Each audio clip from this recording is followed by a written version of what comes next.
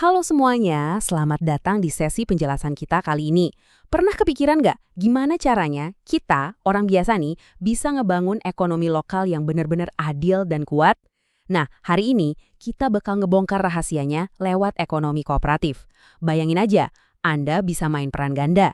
Jadi bos alias pemilik bisnisnya, tapi sekaligus jadi pelanggan setianya juga. Seru kan? Coba bayangin deh skenario ini.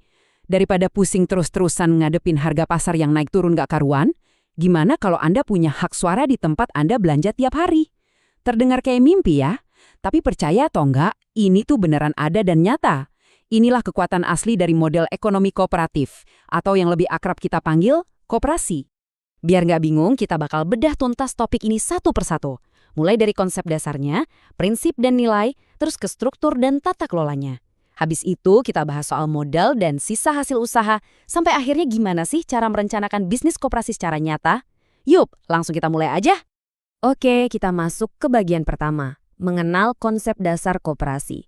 Kita pinggirin dulu deh istilah-istilah hukum yang kaku dan ribet itu. Intinya gini, esensi dari koperasi itu benar-benar berpusat pada manusia. Ini bukan cuma soal ngumpulin duit buat ngejar untung gede-gedean loh, tapi ini soal sekelompok orang yang dengan sukarela ngumpul buat menuhin kebutuhan bareng-bareng. Sebuah badan usaha yang mandiri, demokratis, dan jalan pakai asas kekeluargaan.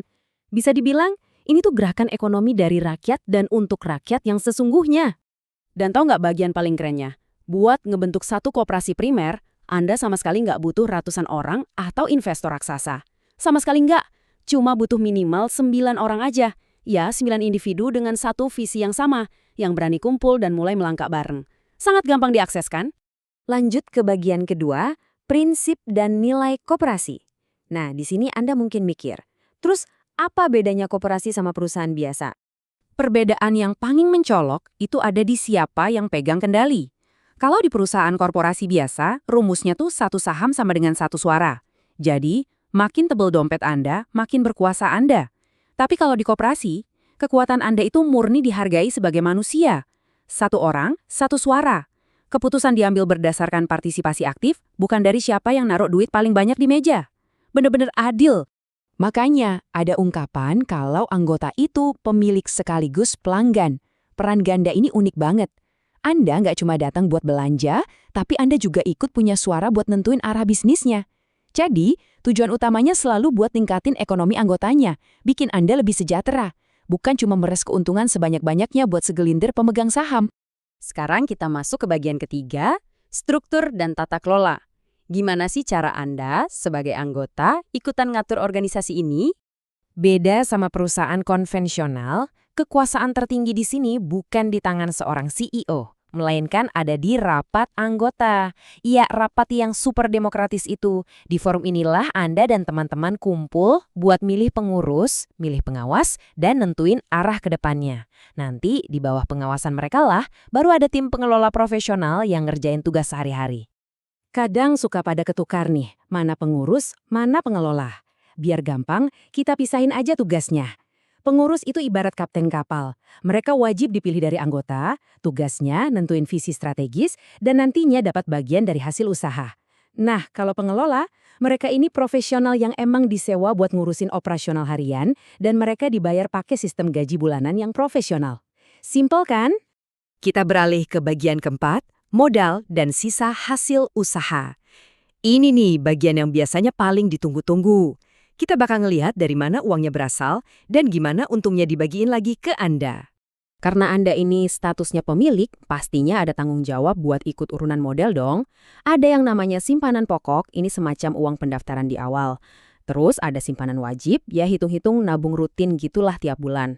Ditambah lagi dengan dana cadangan dan hibah.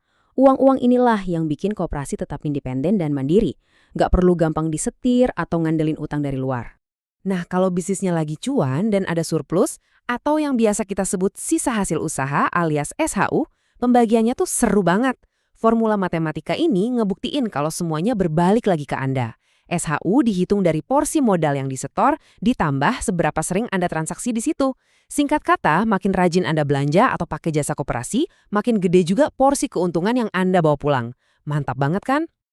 Tapi tentunya, biar ada cuan yang bisa dibagikan pakai rumus tadi, bisnisnya harus dikerjain dengan benar.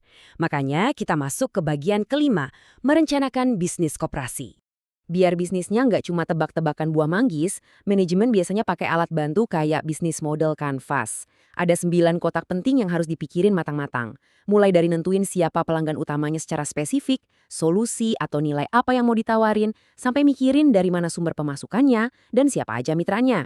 Semuanya dipetakan biar arahnya jelas.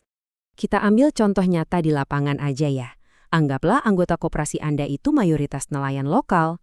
Berarti nilai utama yang harus ditawarin koperasi adalah nyediain fasilitas cold storage atau tempat mendingin ikan.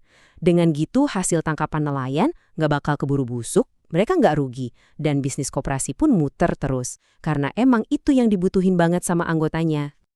Atau coba skenario kedua ini.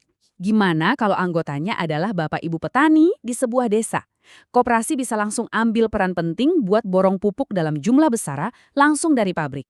Tujuannya buat motong rantai distributor yang bikin mahal. Alhasil, harga pupuk jadi jauh lebih miring dan gampang diakses sama semua petani. Masalah beres, biaya produksi bisa ditekan.